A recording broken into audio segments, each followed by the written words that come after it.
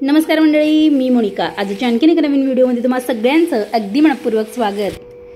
आज शनिवार, नागपंचमीनंतर येणाऱ्या पहिल्या रविवारी आमच्याकडे कानबाई मातेचा उत्सव फार मोठ्या थाटामाटात, जल्लोषात, उत्साहात आणि आनंदात साजरा केला जातो.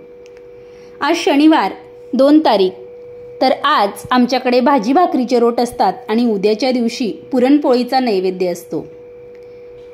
आजच्या दिवशी सप्ताह आमच्याकडे पूजला जातो. आज कानबाई माता भाजी भाकरीचे रोट खाण्यासाठी आपल्या घरी येते आणि घरोघरी खानदेशात हे रोट पूजले जातात.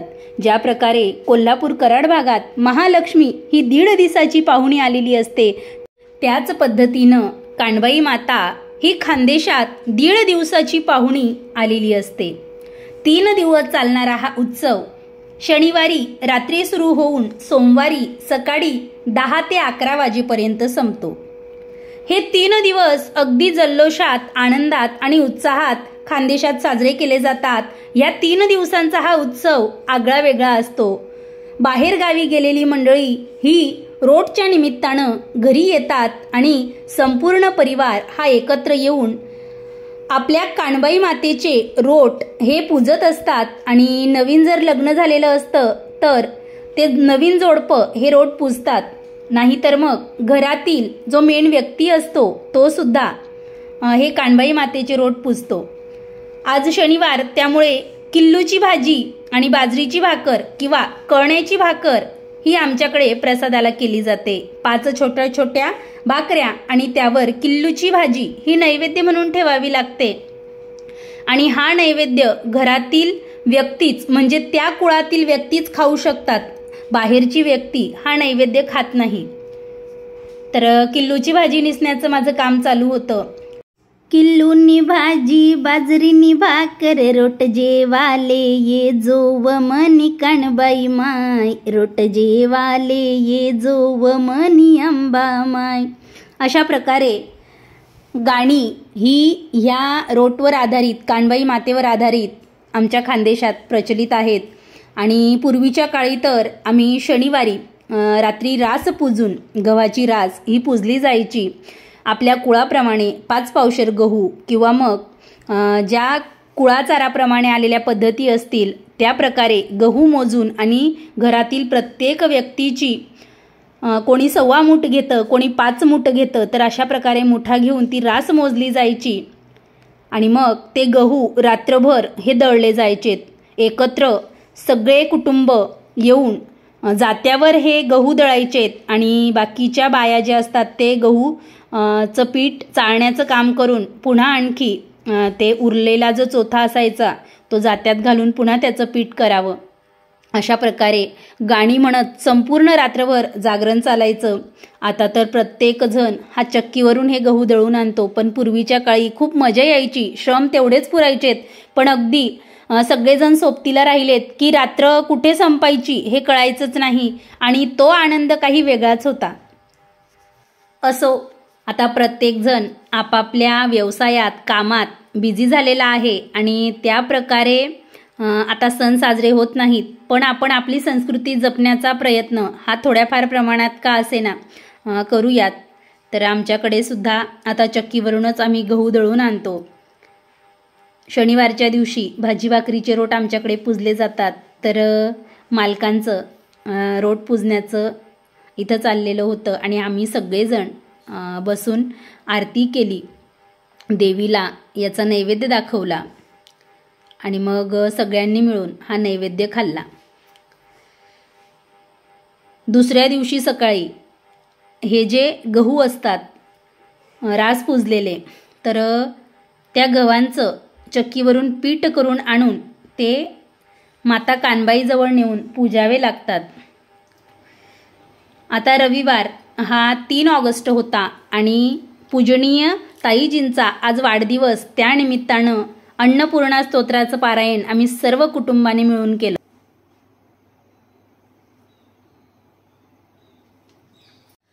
नित्यानंद करी वराभय करी, सौंदर्य रत्नाकरी, निर्धुता किल घोर पावन करी, प्रत्यक्ष माहेश्वरी।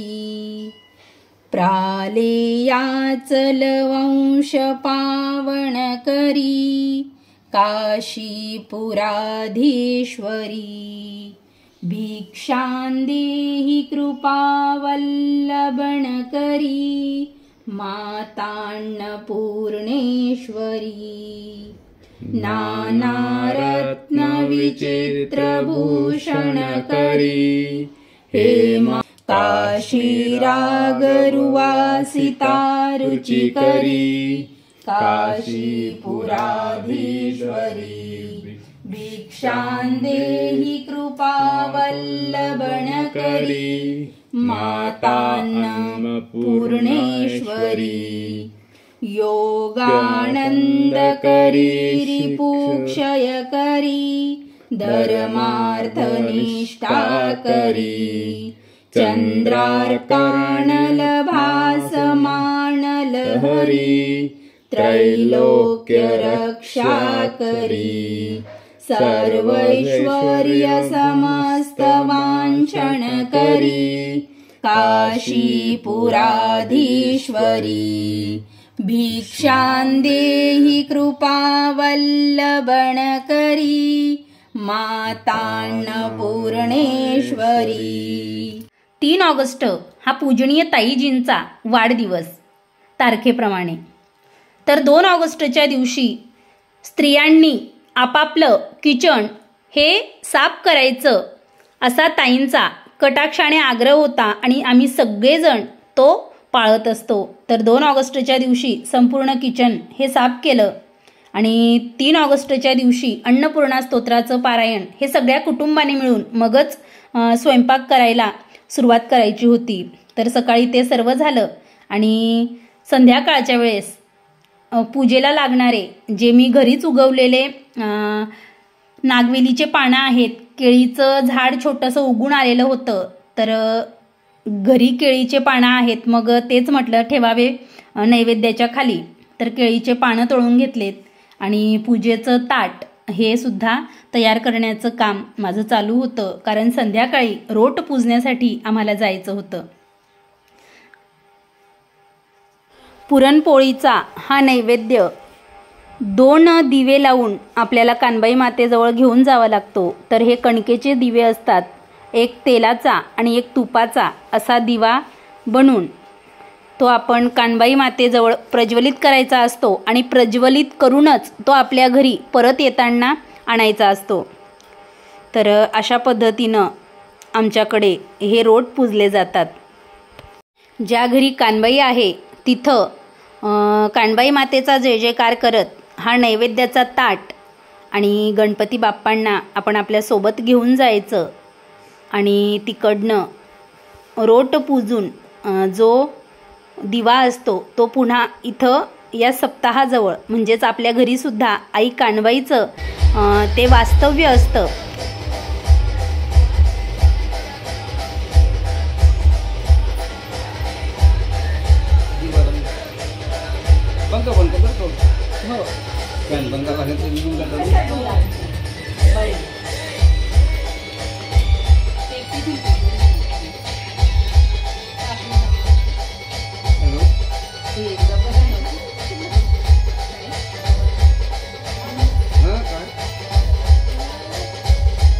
उद्या 8चा टाइम आहे। हो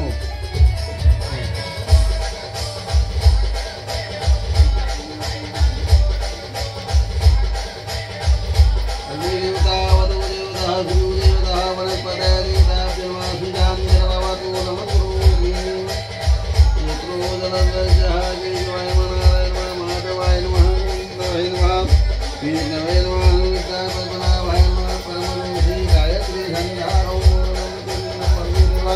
यदि मे ज्ञान प्रचोदयात्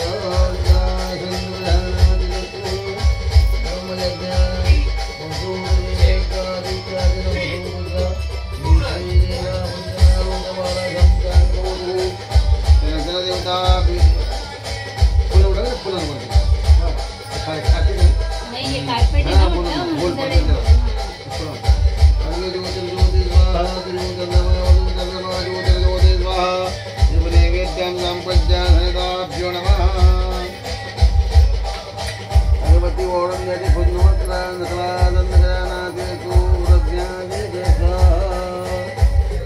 नैदा पिलमनोमी कस्तुरी तिलकमलवारवडले वक्षते त्वं पाणीचे भांडं खाली ठेवा डोळ्याला पाणी लावा नेत्रो जला स्पर्श तुमच्या डोळ्यात पाणी लावून नेत्रो जला स्पर्श हात जोडून बसा दोघं नेत्रो जला स्पर्श केशवाय नमः नारायण नमः माधवाय नमः गोविंदाय नमः विष्णवे नमः मधुसूदनाय नमः त्रिविक्रहाय नमः वामनाय नमः सीताय नमः ऋषिकेशाय नमः पद्मनाभाय नमः परमऋषिः गायत्री छंदा गायत्री मंत्र ओम हो स्वः तस्सवितवरेण्यं भर्गो देवस्य धीमहि धियो प्रचोदयात् स्वस्तिन इन्द्रो ऋतसर्वाः तर्पणापूखा विश्ववेदाः स्वस्तिनो कृष्णनेमो सस्विनो वरस्वती ददातु हाथ जोड़ा तीर्थदेवताभ्यो नमः ग्रामदेवताभ्यो नमः दानदेवताभ्यो नमः वासुदेवताभ्यो नमः लक्ष्मीनाथाभ्यो नमः मातापितृभ्यो नमः सर्वदेवाभ्यो ब्राह्मणाभ्यो नमो नमः निर्विघ्न नमोस्तुभ्यं नमोदरधुनिकेतु गणाध्यक्षवाक्यं नमोज्ञानना वाधेत नामने प्रजाजनादि विद्यारम्याद प्रविशेन्द्रा संग्राम संग्राम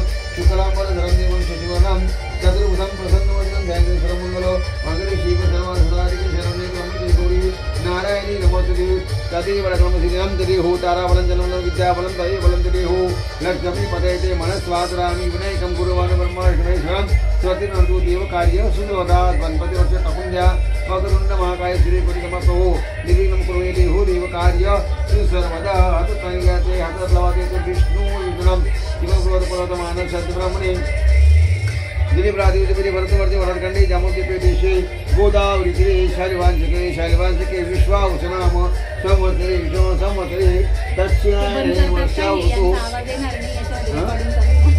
ते गाणं बंद करतात जरा वेळ मी तर आवाज कमी करून द्या दक्षिणायने वर्षा ऋतू मासोत्तम मासे माधव मासे श्रावण मासे शुक्ल पक्षे नवदशम वासरे अद्य दिवस नक्षत्रांते विशाखा नक्षत्रांते शुल्क योगे स्थिते कौलव कर्ण तिथे वृश्चिक स्थिते चंद्र कर्क स्थिते सूर्य देवगुरु विशिष्टायां शुभ पुण्य तिथो म्हणायचं मम आत्मना सृष्टी स्मृती प्राणोक्त शास्त्रोक्त पुण्यफल प्राप्ती सम प्रतिवार्षिक विहितम श्रावण मासांग भूतंग सनक देवता महाकाली महालक्ष्मी महासरस्वती राजराजेश्वरी आत्म कुलदेवता योगेश्वरी देवता प्रसन्नता श्रावण मासंग भूतंग रन्ना सन्ना देवता पानुबाई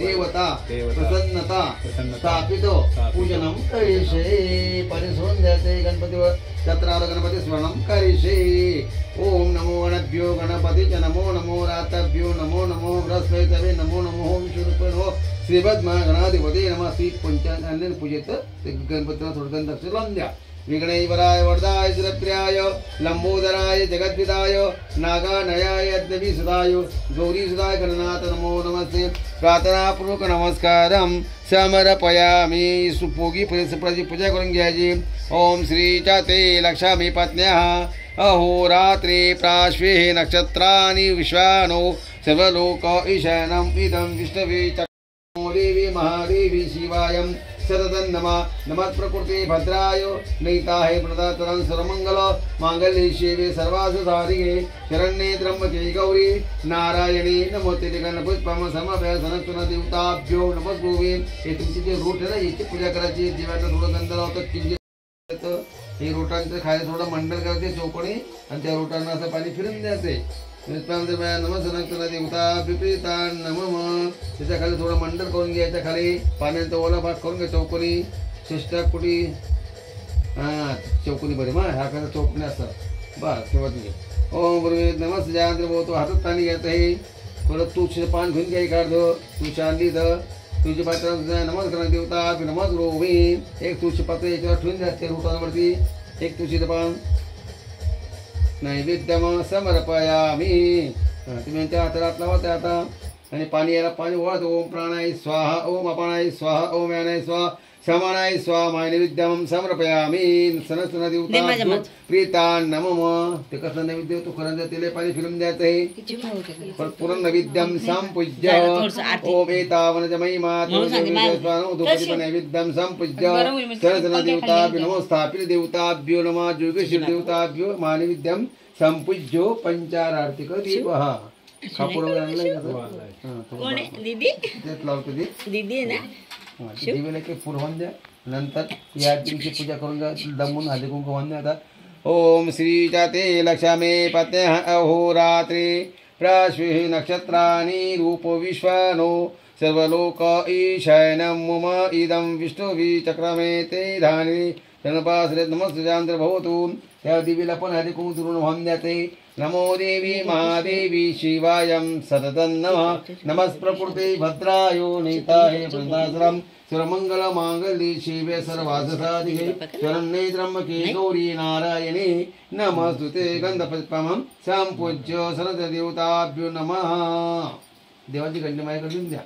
दिदी फोटो काढायचा आरतीत. आता आरतीसाठी बघा नैवेद्याचं. नैवेद्यम सर्वं सुजाम दर बाबा तू आरती ओढताना ती ओढतात.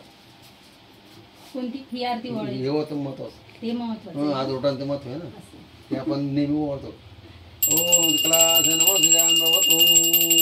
सुख करता तुझ हरता वर्ता कृपाजयाती सर्वांनी सुंदर कंठी दर्गे माळ मुक्ताफळाची. जय देव जय देव जय मंगलमूर्ती हो श्री राजमूर्ती. गर्जनमाते मन जरणीमती मन कामना पूर्ती. जय देव जय देव रत्न जयता महाराज चंदनाची ओटी कुंकुमकेश्वरा. हिरे सूर्योदय पुरे चरणे घातया. जय देव जय मंगलमूर्ती हो श्री राजमूर्ती. गर्जनमाते मन जरणीमती मन कामना पूर्ती. जय देव लंबोदर सीतामण सर्व सोनोत्र सुंदतीनया दास रामाचा वाटपाही सदा. शंकर शिवावागे निर्वाणी सच्चाई सर्ववंदना. जय देव जय मंगलमूर्ती हो श्री मंगलमूर्ती. दर्शनमते मनोगणिमते जय देव दुर्गे दुर्गटवारी पुजवंदारी सनातनी अंबे. मासून आणले बोलणार तर कोण बोलेल मी. हा या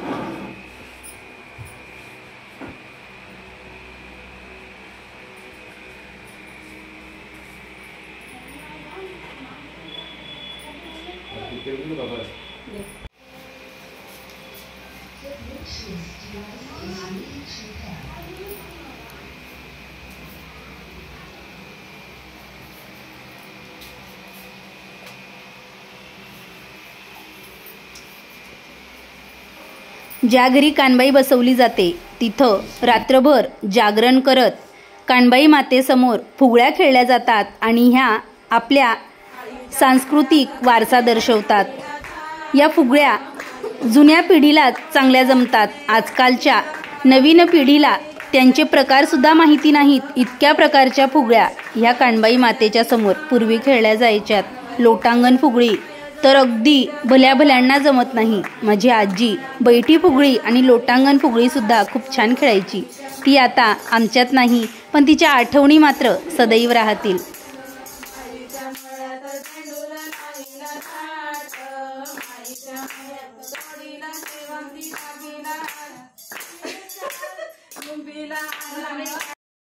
आजच्या दिवशी केळीच्या खांबांना खूप महत्त्व असतं आणि कानबाई मातेची आराससुद्धा काही ठिकाणी केळींच्या पानांनी सजवली जाते. केळीचे खांब ह्या चौरंगाच्या आजूबाजूला लावले जातात. आंब्याचं तोरण लावलं जातं आणि सुशोभित करून माता कानबाईला चौरंगावर विराजमान करून तिची स्थापना केली जाते. काही ठिकाणी फक्त कानबाई माता असते, काही ठिकाणी कानबाई रानबाई माता असते, तर काही ठिकाणी कण्हेर आणि कानबाई असे जोडीने स्थापन केलेले असतात.